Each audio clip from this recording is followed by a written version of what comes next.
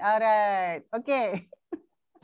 Assalamualaikum warahmatullahi wabarakatuh kepada rakan-rakan dan juga semua kawan-kawan yang masih lagi berada di sekitar ruang Facebook ni. Saya ucapkan selamat petang. Assalamualaikum semua.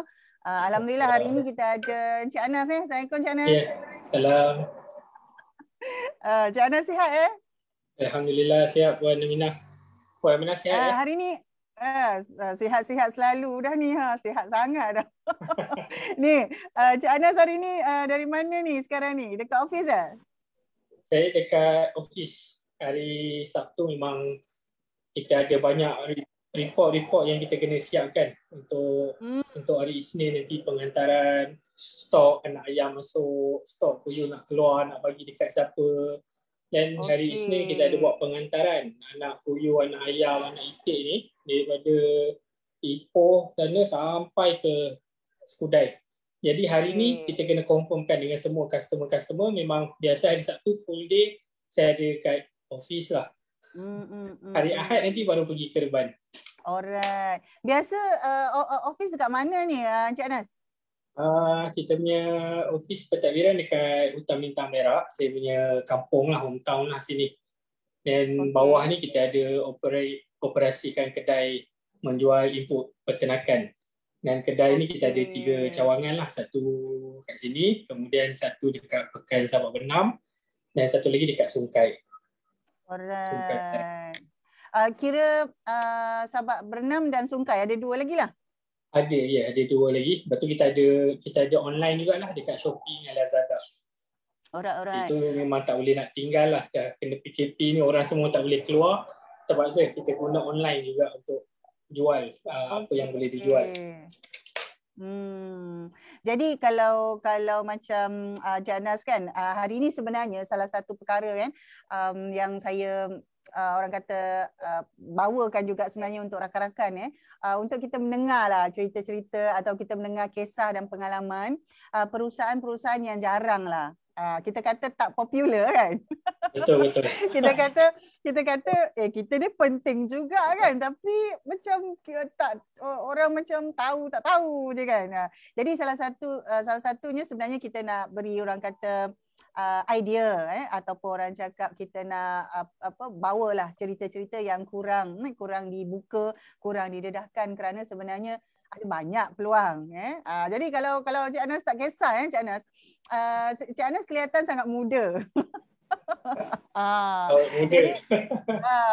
Jadi mungkin pada masa yang sama mungkin kita boleh bawakan sikit pengalaman Cik Anas supaya menjadi apa orang cakap inspirasi. Sebab kadang-kadang kita mungkin ada anak-anak mungkin kawan-kawan dekat Facebook mungkin ada anak-anak yang generasi akan datang yang akan masuk mungkin yang dah lepas SPM kan, yang akan datang. Jadi kalau boleh kita nak minta Cik Anas kongsikan sikit macam mana sebenarnya pengalaman tu yang sampai boleh memilih. Yalah kalau kita kata kalau kita nak buka perniagaan, nak jual banyak benda lain boleh jual kan. Tetapi kenapa akhirnya boleh masuk dalam industri yang kita sebut ada kaitan sebagai pertanian. Dan yang mana Encik Anas boleh ceritalah tapi kita harap kita akan dapat satu perspektif yang baru, nak tengok bahawa kerjaya ataupun orang kata masa depan ni dia ada banyak. Encik Anas boleh cerita sikit macam mana? Kalau saya nak cerita memang sikit je lah yang nak cerita, sebab saya nak kongsi pun pengalaman saya baru 5 tahun. Saya sendiri tu masih bertatih. Saya senang cakap saya sendiri banyak benda yang saya nak kena belajar lagi. Tapi kalau nak cerita dia punya background dia, lepas habis belajar dulu, saya kerja di Suruhanjaya Security Malaysia. Waktu tu sebab saya disponsor lah. Saya dapat beasiswa dari Suruhanjaya Security Malaysia. Jadi saya dah kontrak mesti servis dengan Suruhanjaya Security Malaysia ni selama 8 tahun. Jadi selama 8 tahun tu, bila dah masuk tahun ke-8 tu, kita fikir sama ada kita nak stay ataupun kita nak buat sesuatu yang baru. Dan saya terfikir waktu tu saya kena buat sesuatu yang baru lah. Because saya rasa dia ada 2 mentaliti lah. Satu, kita kerja, kita naik pangkat, last kita jadi directors, kemudian anak kita akan start balik benda yang sama, cycle yang sama. Tapi saya fikir saya perlu buat sesuatu, saya perlu berkorban untuk anak-anak saya. Walaupun waktu tu dah agak selesa berjaya duduk di Kuala Lumpur, saya ambil keputusan untuk balik kampung, buat sesuatu yang fresh, benda yang maknanya benda-benda betul-betul start balik dari bawah balik. Dan waktu tu saya fikir saya nak cuba benda ni 3 tahun lah. Kita nak cuba 3 tahun sebab saya tak tahu apa yang saya buat ni betul ke tak betul. Sampailah saya cuba baru saya boleh tahu benda ni betul. Action yang saya ambil ni, decision yang saya ambil ni, satu decision yang tepat ataupun tak. Tapi bagi saya waktu tu, because waktu tu saya masih ujung 20-an, baru nak masuk awal 30-an. Jadi saya fikir kalau 3 tahun saya cuba, andai kata saya gagal, apa tindakan yang saya buat ni tak betul, saya boleh masuk balik ke industri. Saya ada degree, saya ada pengalaman 9 tahun di Suruhanjaya Security. Jadi saya rasa tak ada masalah untuk masuk balik industri. Tapi kalau saya tak cuba benda ni, mungkin sampai ketua nanti saya akan terfikir-fikir, akan terfikir kenapa dulu tak cuba buat berniaga sendiri, dulu tak buat itu, tak buat ini. Sebab waktu muda ni saya rasa waktu yang sesuai lah, kita nak cuba apa saja sebab kita masih muda, kita masih ada tenaga, kita especially tenaga lah, kita masih ada. Jadi itu yang waktu tu selepas 8 tahun tu saya buat keputusan dengan isteri, berbincang dengan isteri, saya pulang ke kampung. Memang macam yang Puan Aminah kata, pertanian ni bukan sektor yang glamour. Dan bila kita resign pun kawan-kawan tanya nak pergi mana lepas ni? Oh, saya nak balik kampung, nak tanam serai, nak tanam tebu. Semua tak percayalah dia kata. Saya nak berlayam, dia tak tahu semua. Hampir majoriti kawan-kawan saya tak percaya. Sampai lepas 3 tahun diorang datang sendiri ke sini, baru dia percaya.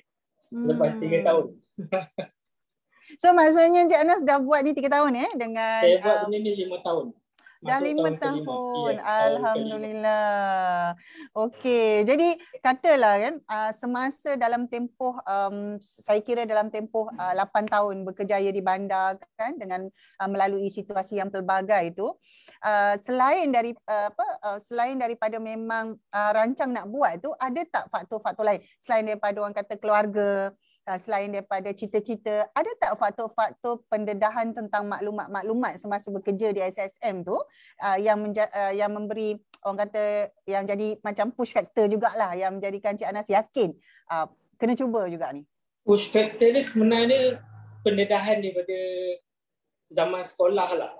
Saya dekat sekolah rendah, saya ahli lembaga pengarah koperasi.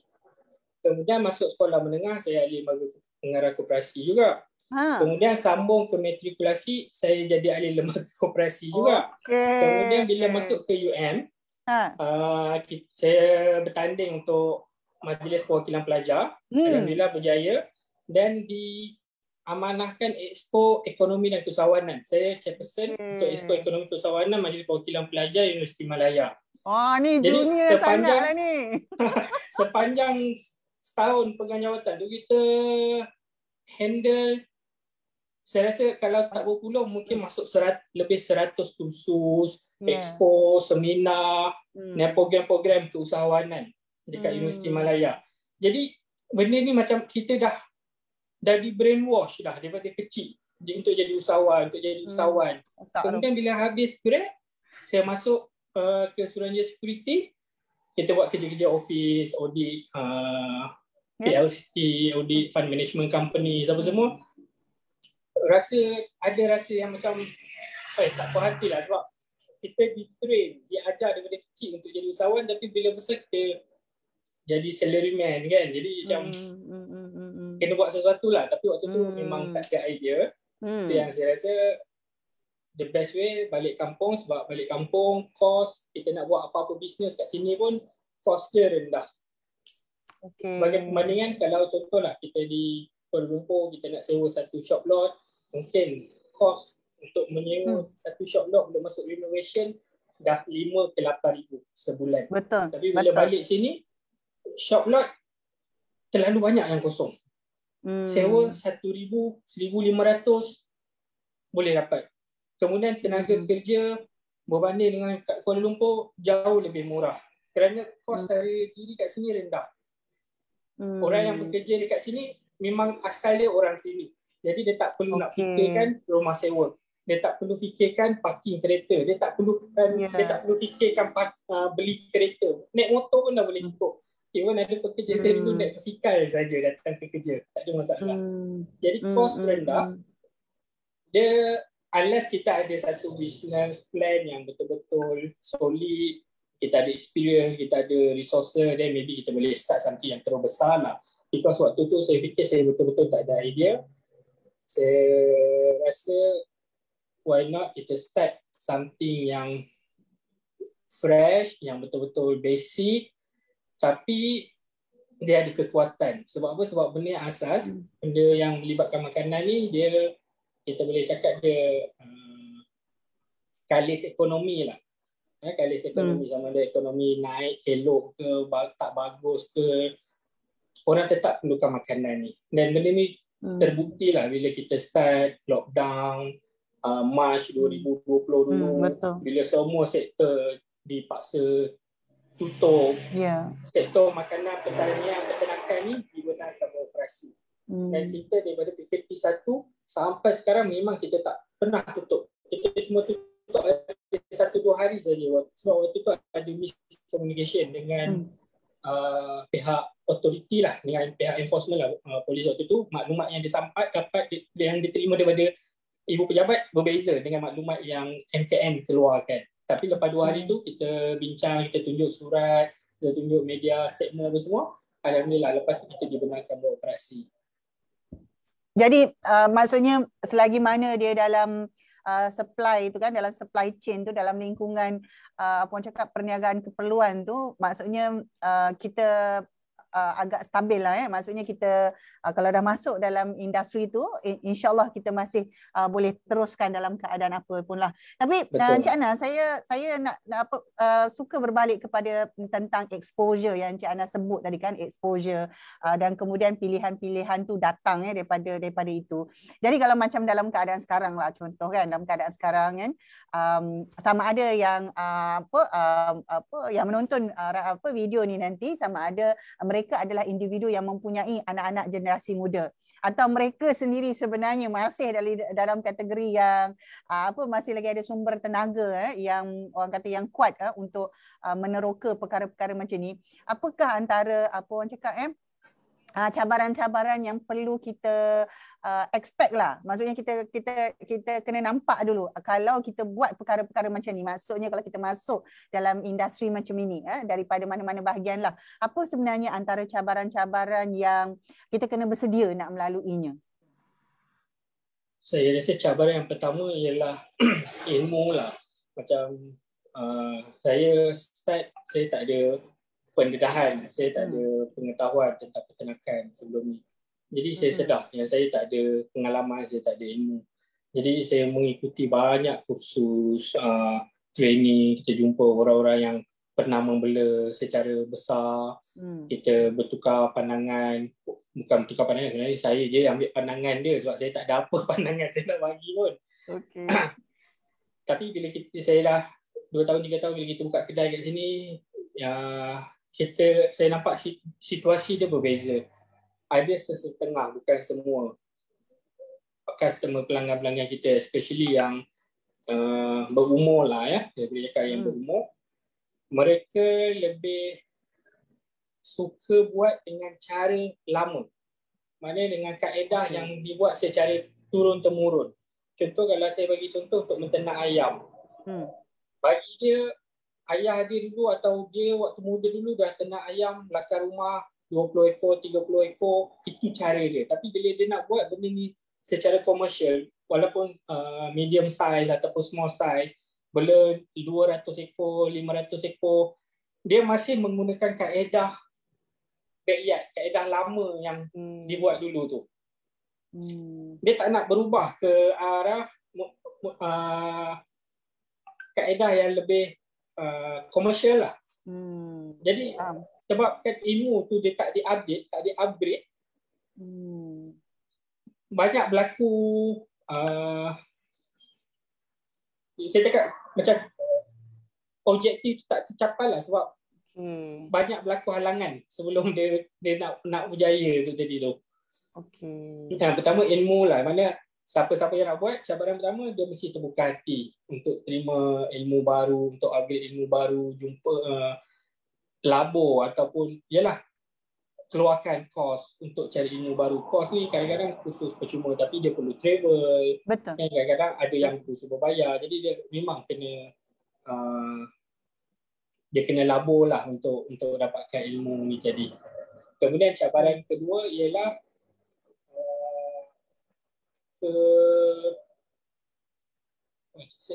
apa terms yang sesuai, mana kesanggupan dia untuk letakkan semua kejayaan dia yang lepas ke tepi.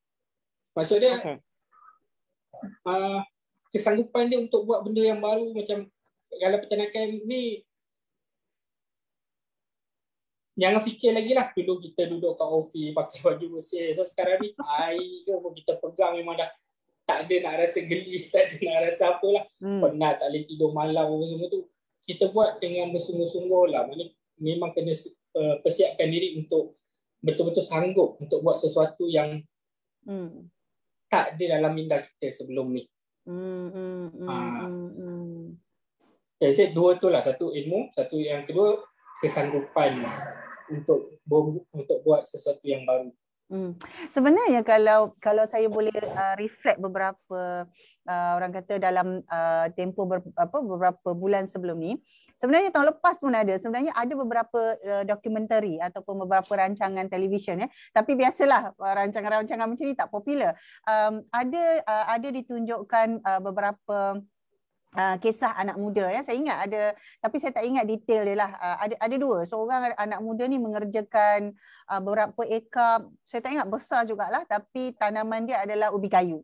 Yang seorang lagi tu tak salah saya di Melaka, dia memang reban ayam yang besar tu, saya bukan reban kandang yang besar sehingga kan dia merupakan antara supplier kepada beberapa jenama produk fast food lah yang berasaskan ayam dekat Malaysia. Jadi bila saya nampak tu saya kata kenapa berita-berita macam ni ataupun dokumentari atau cerita macam ni tidak orang kata tak popular lah, maksudnya tak dijadikan sebagai satu hebahan kerana dia sebenarnya memerlukan teknologi juga. Katalah contoh kan, katalah bela ayam ke bela tak kisahlah sama ada dia berbentuk ternakan kategori unggas ini ataupun ada kategori lain, sebenarnya dia banyak melibatkan kepakaran teknologi sebenarnya. Dia kan, dia kena faham tentang biologi binatang tu, dia kena faham juga tentang persekitaran, environment. Jadi kalau ikutkan dia agak, kalau tanya saya lah, saya rasa macam dia ni sebenarnya melibatkan teknologi. Dia ada, kalau saya cakap ada high tech jugalah. Dia bukannya kita nampak macam yang biasa mak-mak kita buat waktu dulu kan. Dulu arwah mak pun ada bela ayam kampung kan. Sekejap-sekejap adalah Cina apek datang beli 5 ekor, 10 ekor. Tapi itu hanya untuk kemandirian. Maksudnya hanya untuk orang kata secara diri sahaja. Dia bukan dalam bentuk komersial. Tapi kalau dalam bentuk komersial, dia dah melibatkan satu bentuk teknologi. Kalau mengikut pengalaman Cik Anas kan, bila ada keperluan macam itu, adakah orang kata hubungan dengan agensi ataupun dengan badan-badan tertentu tu perlu untuk kita boleh jadikan perusahaan itu satu perusahaan yang skala dia naik sikit lah, skala dia lebih sikit, bukan hanya untuk keperluan keluarga tapi kepada skala yang lebih satu lagi tahap lah maksudnya. Macam yang saya cakap tadi lah, dia ada banyak fasa dia. Of course bila kita naik ke fasa yang seterusnya, kita perlu upgrade kita punya facilities, kita perlu upgrade kita punya teknologi, dan tak kisah kita dekat fasa mana pun, bila kita bercakap melakukan perniagaan, mana bukan tak semestinya perniagaan berasaskan ternakan atau pertanian. Saya rasa apa-apa perniagaan pun, bila saya dah buat perniagaan ni, apa yang saya selalu fikir, kenapa Nabi kata 90% rezeki dekat perniagaan. Saya rasa antara sebab dia lah, saya bukan ustaz nak betul-betul justify, tapi ini yang pandangan peribadi saya lah. Kenapa Nabi sangat tuntut kita untuk berniaga? Kerana bagi saya ialah bila kita berniaga ni, kita dapat belajar banyak ragam orang dan kita akan sedar yang kita ni tak boleh buat sesuatu seorang diri. Contohnya kalau kita run satu perniagaan, kita perlukan pekerja, kita perlukan bimbingan daripada senior-senior, daripada agensi-agensi, kita perlukan bimbingan daripada player besar yang lebih berpengalaman, kita mungkin perlukan bantuan kewangan daripada bank, daripada investor, mungkin kita perlukan hubungan yang rapat dengan pelabur, dengan pembekal. Kemudian kita perlu ada hubungan yang baik juga dengan orang yang terpelajar, yang buat research tentang sesuatu untuk upgrade proses kita jadi lebih baik. Jadi kalau kita bercakap tentang hubungan kita dengan agensi, of course, bukan dengan agensi je, dengan semua orang. Bila kita dah mula berniaga ni, kita kena buat hubungan baik dengan ramai orang. Dan kita akan kenal lebih ramai orang dan kita akan faham ragam lebih ramai orang. Itu yang saya rasa kenapa dulu saya makan gaji, saya tak rasa benda ni. Saya rasa macam okay, saya mampu beli sesuatu dan mungkin kita terlepas pandang dekat site, banyak site yang kita terlepas pandang, tapi bila kita dah buat satu perniagaan ni, kita nampak yang sebenarnya kita perlu hidup dengan bantuan terlalu ramai orang luar lah, mana dengan banyak parti yang lain. Jadi bukan dengan agensi saja, kita memang kena buat hubungan baik dengan ramai orang. Tak kisah kita level mana sekalipun. Jadi sepanjang dah 5 tahun ni kan Cik Anas buat ni kan, ada tak perkara-perkara orang kata pengalaman ataupun insiden yang orang kata tak boleh lupa lah? Mungkin ada insiden tu baik ke, yang sedih ke, yang gembira ke, saya tak tahu. Tapi mungkin ada satu sepanjang 5 tahun, ada satu insiden ataupun perkara yang berlaku yang betul-betul memberi impact. Maksudnya yang betul-betul ingatlah benda tu sampai sekarang. Ada tak? Insiden saya tak boleh nak tak ada. Yang betul-betul tak boleh ingat, mungkin belum lagi lah. Belum ada lagi. Kita just go through benda ni. Memang banyak cabaran tu, banyak lah kan. Kita kena marah dengan orang ni, kita kena herdik dengan orang ni, kita buat salah, kita accident semua tu. Tapi bagi saya, kita settle benda tu, kita move on. Kita settle benda tu, kita move on. Jadi nak cakap something yang betul-betul melekat, mungkin belum lagi lah. Mungkin tak ada yang sebab saya ingat macam kalau dalam situasi saya masa mula-mula tahun kedua, waktu tu tahun kedua, lepas tahun pertama, tahun kedua, masa tu bisnes saya yang pertama masa tahun 2008 masa tu saya mula buka pusat pendidikan waktu tu di Kota Damansara.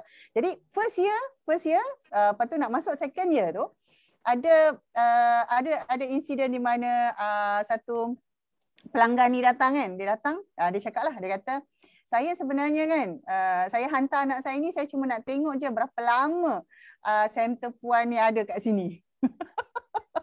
Jadi dia kata betul-betul mencabar.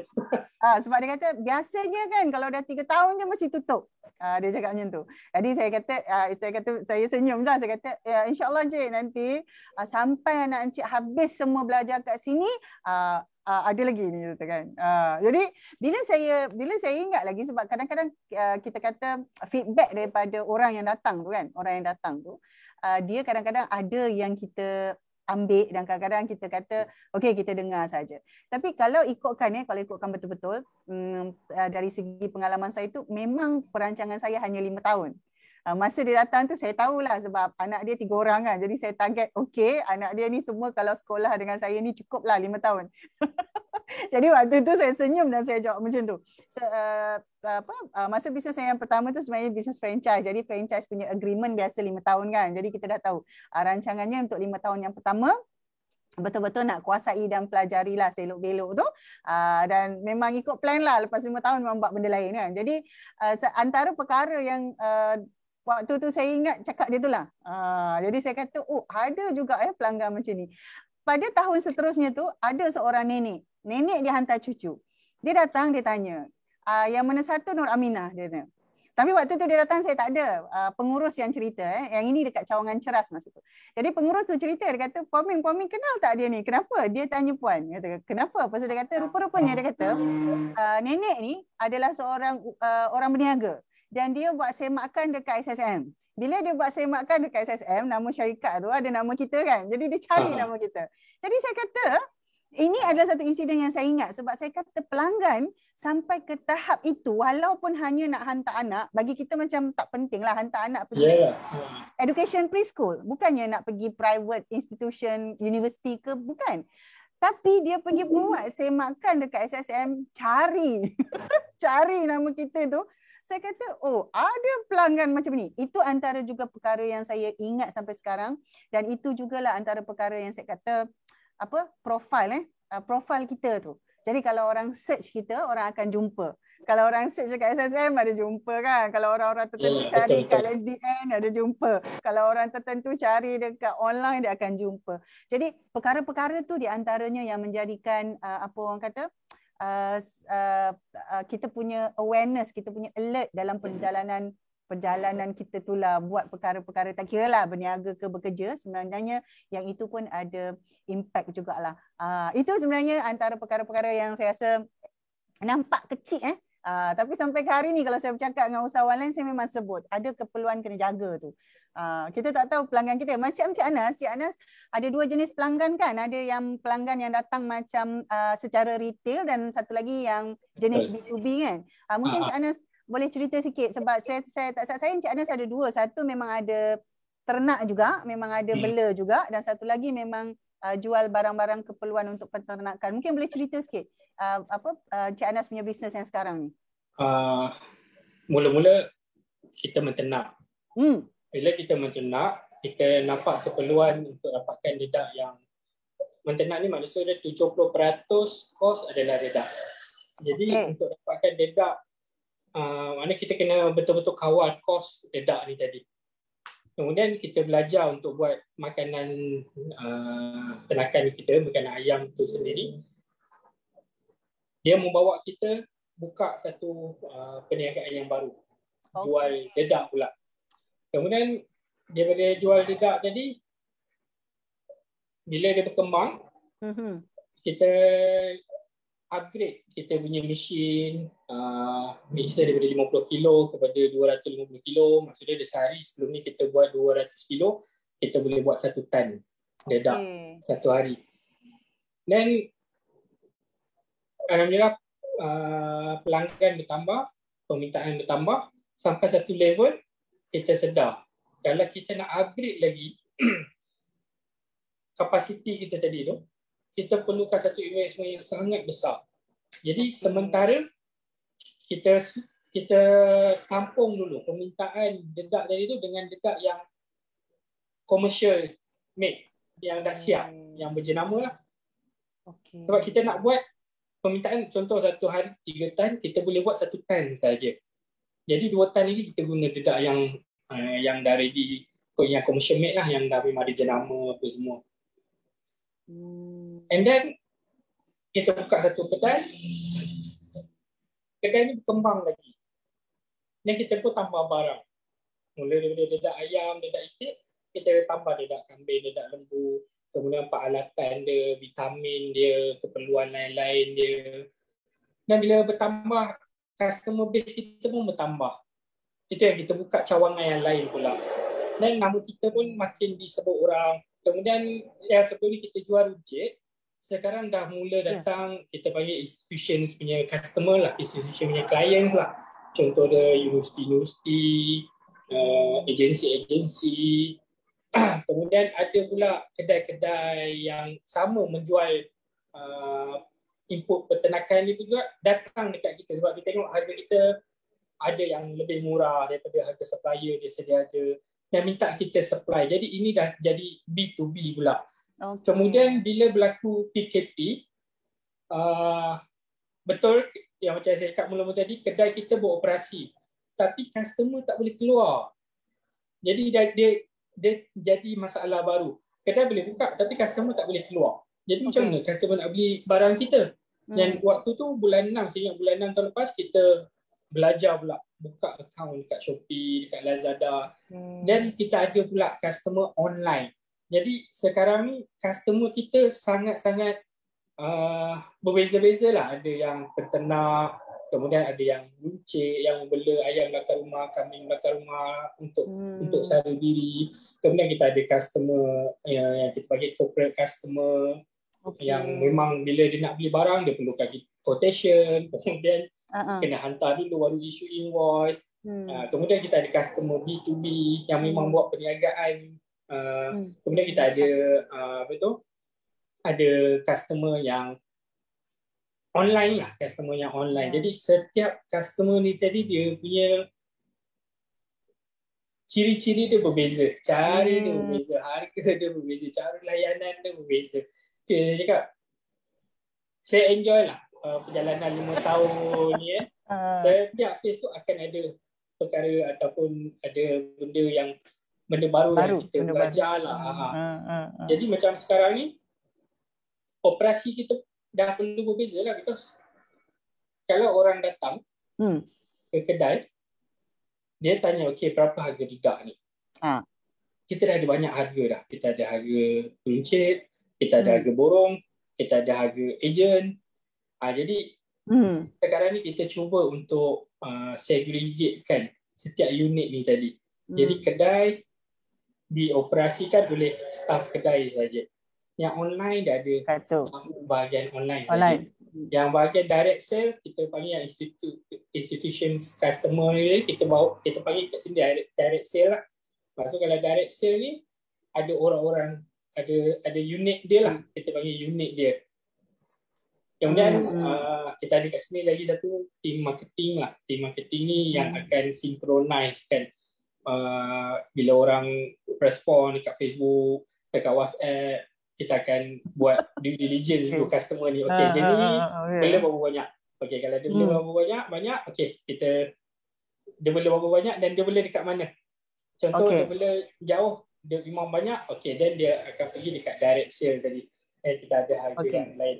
Kalau dia ni daripada Bido, okey, Bido kita akan pass customer ni ke kedai Sungkai.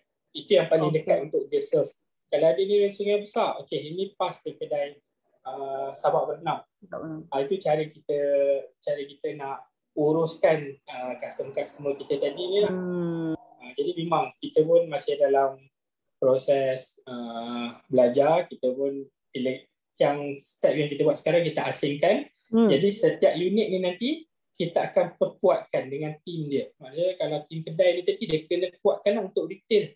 Yang online ni tadi kita akan train staff ni tadi, dan kita akan tambah resources kat dia untuk dia kuatkan dia punya unit ni tadi. Maknanya tambah produk, dan dia buat research harga. Sebab harga pun saya boleh cakap bila kita dah banyak customer ni tadi, harga kita pun berbeza-beza. Faham? Contoh kita ada satu produk yang bila kita letak kat kedai, kita letak harga contoh RM1, tak ada orang yang nak beli. Tapi produk ni kalau kita letak dekat online, kita letak harga dia RM3, mana 3 kali ganda daripada harga kita yang kat kedai. Jualan dia beratus-ratus unit atau beribu-ribu unit seminggu. Jadi setengah produk tu dia tak jalan dekat market segmen yang tertentu, tapi itulah kita kena sesuaikan. Jadi sekarang ni saya involve banyak dekat pengurusan lah untuk macam saya cakap tadi, untuk organize, untuk susun semula. So dulu kita bukan terus buka macam ni, kita ada step-step dia. Yalah, faham. Macam Reban pun sekarang, mungkin lepas ni kita akan daftar sebagai satu company yang berbeza lah, sebab business structure dia berbeza. Kita dah ramai staff pun, staff benefit dia pun dah berbeza. Contoh macam yang kerja kedai, dia kerja 6 hari seminggu, tapi Irfan Betul lain. dia memang 6 hari seminggu, tapi Ahad dia tak adalah cuti, public holiday dia tak ada cuti. Jadi of course kita kena come up with something staff remuneration ataupun benefit yang berbeza juga. Cik Anas, berbalik tentang yang macam pekerja-pekerja itu kan, ada orang berpendapat kalau macam dekat kalau bab pekerja tadi kan, ada yang berpendapat bahawa kalau dekat kampung kita susah nak dapat tenaga kerja mahir. Ramai yang melihat banyak tenaga mahir ni semua dah pergi kat kawasan bandar-bandar. Jadi kalau kawasan macam kita kan yang dalam kategori orang kata non-urban lah, suburban pun bukan. Jadi susah nak dapat tenaga kerja mahir. Kalau macam Cik Anas macam mana? Masih lagi dapat? Kita syarikat baru. Jadi kita nak cakap nak perlukan yang mahir, saya rasa kita tak perlu, bukan satu keperluan yang urgency lah. Saya lagi prefer dapatkan saya lebih prefer cari staff yang open-minded, yang attitude dia positif dan dia nak belajar sesuatu yang baru. Dan benda ni akan jadi benefit dekat syarikat sebab bila kita bawa orang yang fresh, dia akan come up dengan idea yang fresh, idea yang baru. Kita tak nak buat satu yang, contoh kita jual dedak, kita tak nak bisnes kita ni operate sama macam kedai dedak yang dah buka 20 tahun lepas. Mana kalau kita bawa satu pekerja yang mahir, yang dia kata dia ada 20 pengalaman dengan dia dalam kedai jual dedak. Betul. Dan dia akan bawa cara 20 tahun yang lepas punya ke dalam syarikat kita ni. Saya rasa sebab kita pun syarikat baru. Jadi saya rasa saya lagi prefer staff yang terbuka untuk belajar, yang bersedia untuk bagi komitmen, kemudian biar ada fresh.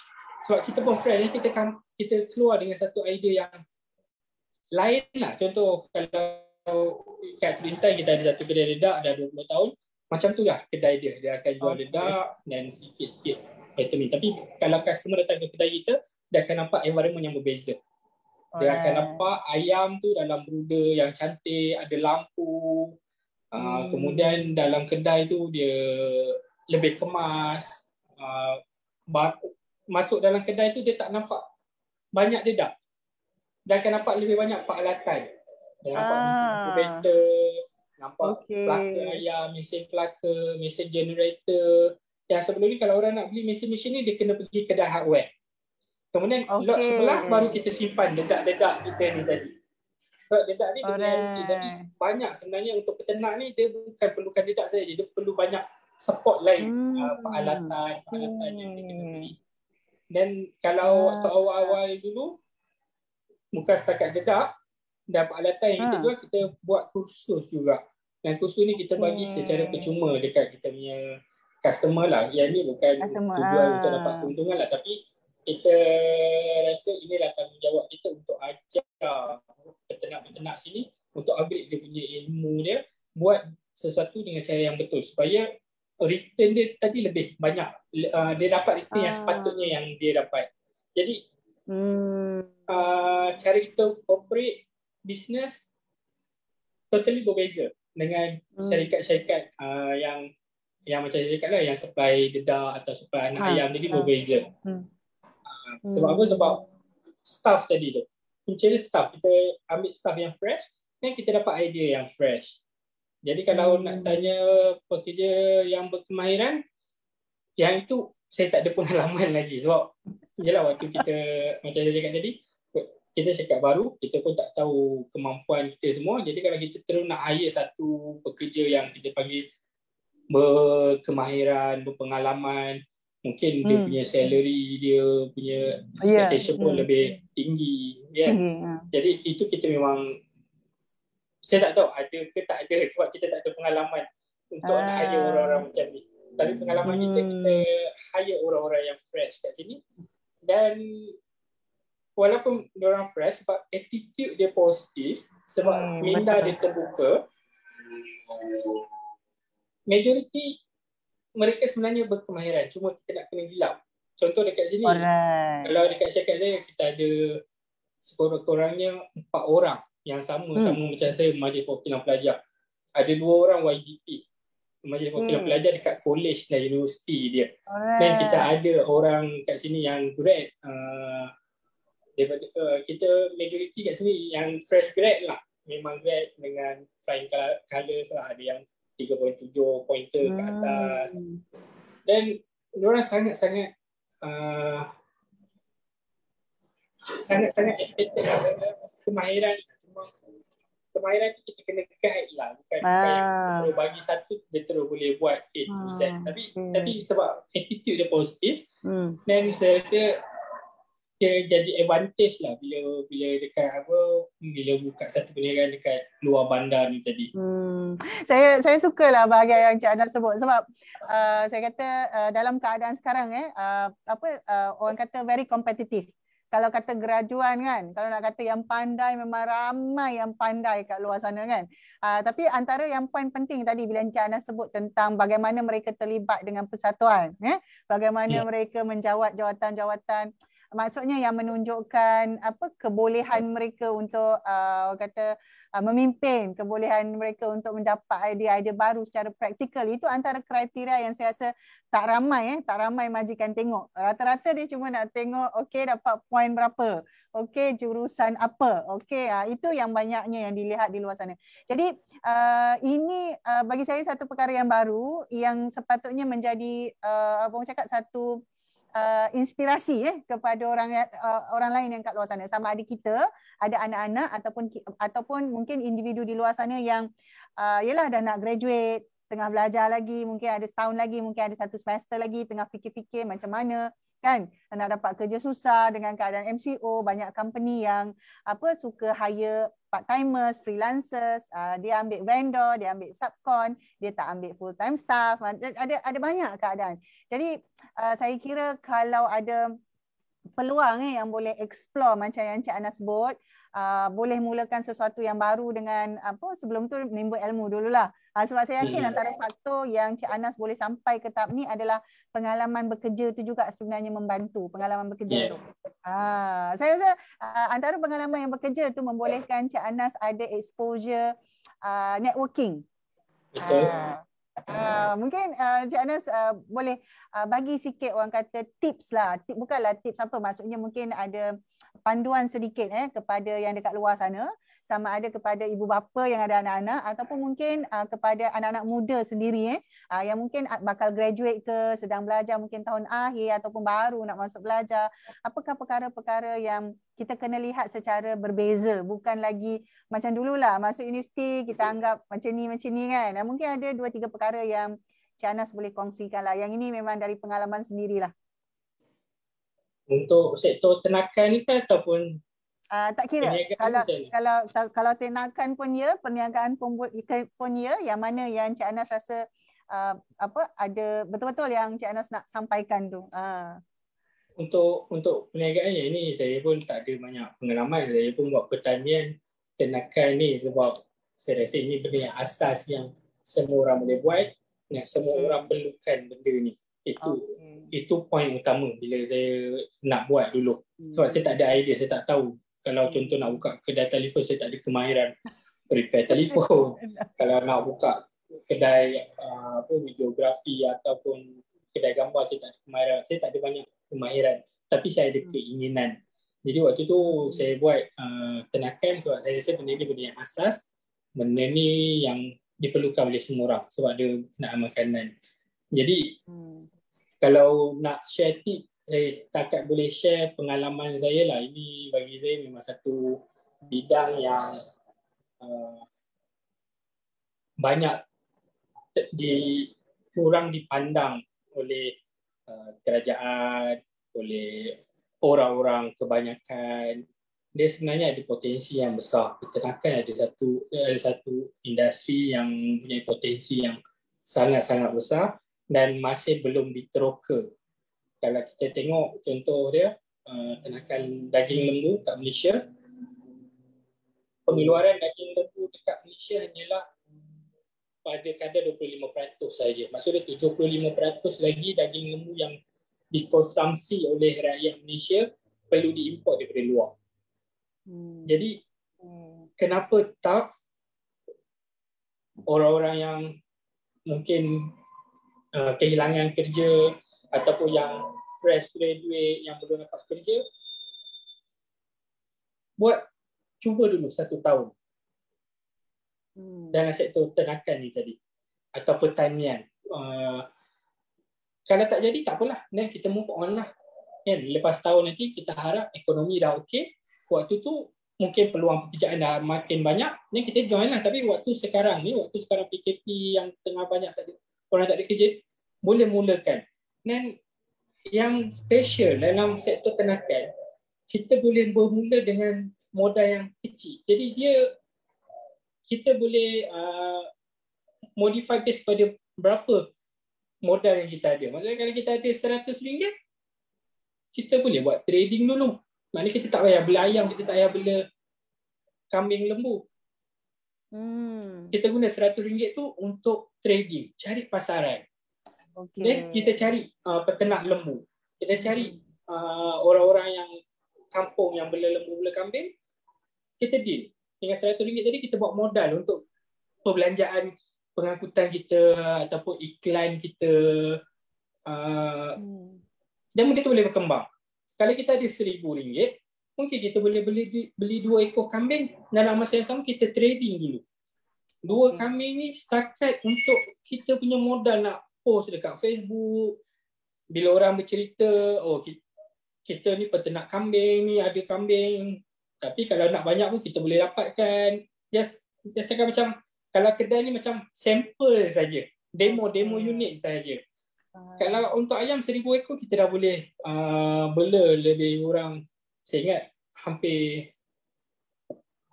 100 ekor daripada kecil sampai yang besar. Tapi itu tak termasuk kos untuk buat reban lah. Tapi kalau kita ada modal yang lebih besar, 10,000, dan kita boleh adjust jumlah ternakan kita ni lebih besar, reban kita ni lebih besar lah, dan output pun lebih besar. Jadi dia bukan macam kita nak buka kedai makan atau kita nak buka kedai aksesoris kereta. Kita perlukan satu modal yang besar. Jadi untuk peternakan atau pertanian ni kita boleh buat ikut skala ataupun kemampuan kita. Kalau saya kongsi, untuk sekarang ni kita buat ternakan puyuh, kita jual anak dia. Reban saya untuk reban puyuh ni, saiz dia 20 x 80 kaki. Maksudnya berkeluasan 160 kaki persegi saja. 160 kaki persegi ni mana tak besar. Mana 20 x 80 ni macam satu saiz shop lot saja. 20 x 80. Tapi kalau kita maksimalkan ruang ni tadi, kita boleh letak lebih kurang 6,000 ke 7,000 ekor induk. Oh, okey, banyak dalam keluasan satu shop lot 20 x 80, kita boleh letak lebih kurang kapasiti induk puyuh kita lebih kurang 6,000 ke 7,000 ekor. Jadi boleh tengok macam background saya itulah. Ini baru 40 kaki. Ini baru sebahagian 40 kaki. 40 kaki, okey. Daripada 7,000 ekor induk tadi tu, kita boleh hasilkan anak sebanyak 60 ke 70,000 ekor sebulan. Okey. Jadi kalau kita kira lah harga anak sekarang lebih kurang 70 sen harga borong. Dengan 70,000 ekor anak sebulan ataupun dengan size shop lot yang sebesar 20 ke 80 kaki tadi, kita boleh dapat pendapatan jualan lebih kurang RM50,000 sebulan. Okey. Dengan jualan anak saja. Itu boleh masuk dengan jualan telur ke apa lah. Ini kita assume semua telur yang kita kutip tu kita jadikan anak saja. Ya. Jadi dia tak perlukan ruang yang besar. Dia tak perlukan modal yang besar. Of course kalau kita ada modal besar, advantage untuk kita boleh terus buat lebih besar lah. Tapi untuk yang nak mencuba, dia boleh mencuba dengan modal yang minimum. Kecil tu. Jadi dia tak semestinya dia kena nak menternak ni, tak semestinya kena buat reban. Dia boleh cari orang, mungkin sewa dulu reban. Tapi yang penting dia boleh trading lah, dia boleh jual. Kalau dia boleh jual. Ada orang-orang kampung yang ada reban kecil, boleh letak 100 ekor pun dia dah cukup lah. Dia sewa lah RM100 sebulan ke, dia letak ayam dalam tu 100 ekor. Tapi sebelum ayam tu besar, dia buat trading dulu. Trading ni bagus sebab dia perlu cari pasaran, dia perlu cari kenalan supaya orang tahu yang dia ada jual produk tu. Dia jual ayam tu tadi. Dan bila setengah orang rasa macam, oh, pasaran ni susah, mana nak jual. Sebenarnya terlalu besar pasaran untuk makanan ni terlalu besar. Ada kalau saya kongsikan, ada customer kita dulu dia nak bela puyuh 500 ekor. Dan dia tanya kita, kalau saya bela 500 ekor ni awak boleh ambil balik tak? Dia kata, oh tak, kita jual anak saja. Kenapa? Dia kata, saya tak tahu nak jual mana. Lepas tu soalan saya balik kat dia, tuan nak bela berapa banyak? 500. Okey, saya cerita 500 ekor puyuh, dia punya cycle 1 bulan. Satu hari dia masuk anak, dia bagi makan, kemudian dia perlukan lebih kurang 24 ke 28 hari untuk puyuh ni dapat saiz yang ideal untuk dijual. Jadi 30 hari lepas dia proses, dia bersihkan reban, dia masukkan anak puyuh yang baru, dia kena tunggu 30 hari lagi untuk buat jualan. Next cycle dia. Jadi kalau dia dah sembelih, untuk dia nak sembelih lagi sekali, maksudnya dia ada tempoh 30 hari. Betul, 30 hari. Okey, 30 hari itulah waktu untuk dia nak jual yang first batch yang dia sembelih tadi tu, yang dia proses tadi. Jadi kalau 500 ekor, saya tanya dia, kita bahagikan dengan 30 hari, sehari dia kena jual berapa banyak? Jadi 500 kita bahagikan dengan 30 hari, maksudnya sehari 16 ekor atau 17 ekor. Dan puyuh ni tak ada orang beli seekor-seekor sebab dia kecil kan. Dia macam dia burung lah. Dia kecil. Yalah. Jadi biasa orang akan pack 3, 5 atau 10. Jadi kita ambil rata 1 pack kita buat 5 ekor. Jadi kalau 16 ekor sehari tadi, maksudnya berapa pack dia kena jual sehari?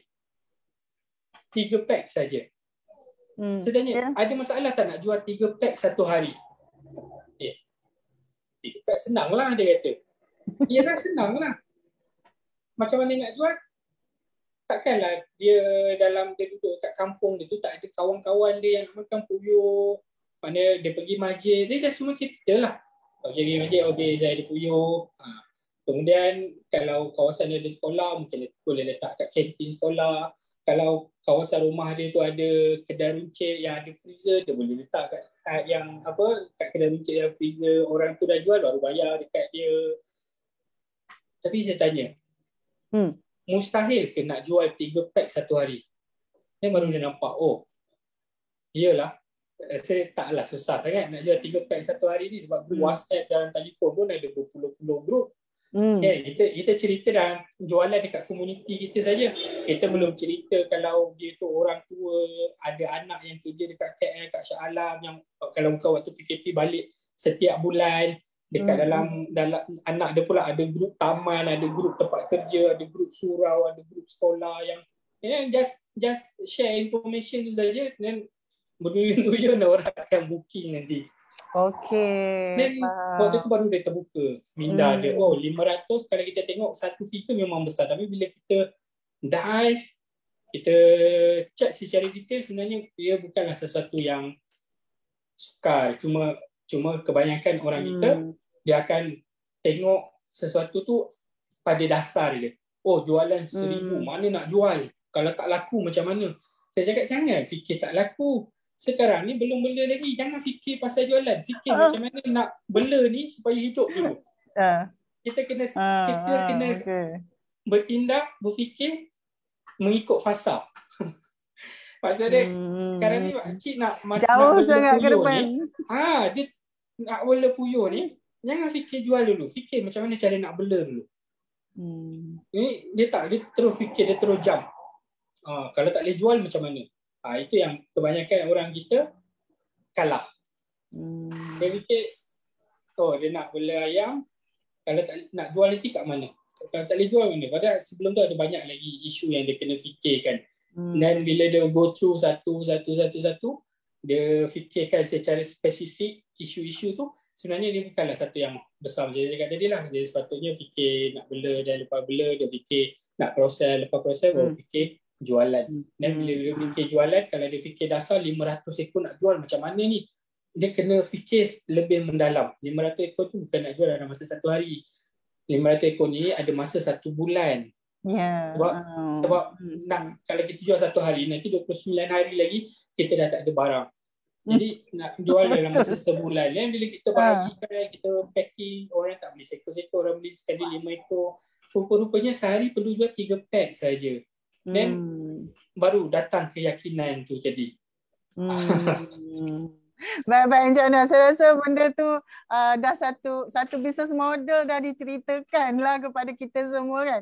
Jadi maksudnya kalau katalah ada rakan-rakan di luar sana yang nak explore, nak mula dulu macam Encik Anas sebut tadi, dia ada skala-skala kan. Dia ikutlah, kalau kita kata kita kecil dulu, nak mula dulu, kita boleh pilih. Kemudian betul, tak confident kan, kadang-kadang mungkin takut, tak sure sebab tak pernah ada pengalaman. Jadi ada banyak pilihan. Jadi sebenarnya saya nak ucapkan terima kasih banyak-banyak dekat Encik Anas. Sebenarnya lebih lah daripada apa yang saya sasarkan nak dapat daripada sesi ni.